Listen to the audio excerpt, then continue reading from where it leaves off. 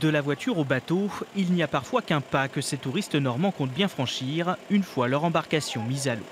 On va essayer d'aller voir un peu visiter les îles, mais après c'est selon le vent quoi. Parce que s'il y a trop de vent, on va rester auprès du port comme on ne connaît pas trop les côtes.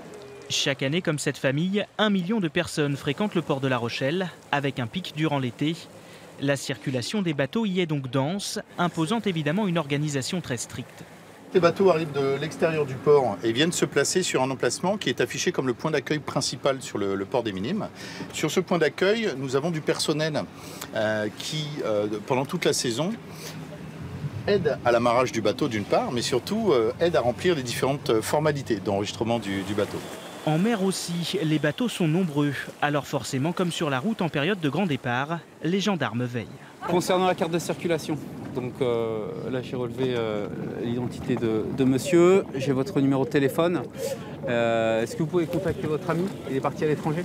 A priori, ils vont nous recontacter ce soir pour vérifier si le bateau nous appartient bien, enfin ou bien au propriétaire en tout cas. Et puis on aura donc une semaine pour pouvoir présenter les papiers. Si la brigade nautique se montre en général tolérante, les sanctions tombent lorsque les infractions sont trop graves. La vitesse, par exemple, peut entraîner un retrait de permis allant de 15 jours à 1 mois. En mer, il y a deux types de vitesse, c'est soit 5 nœuds, soit au-delà.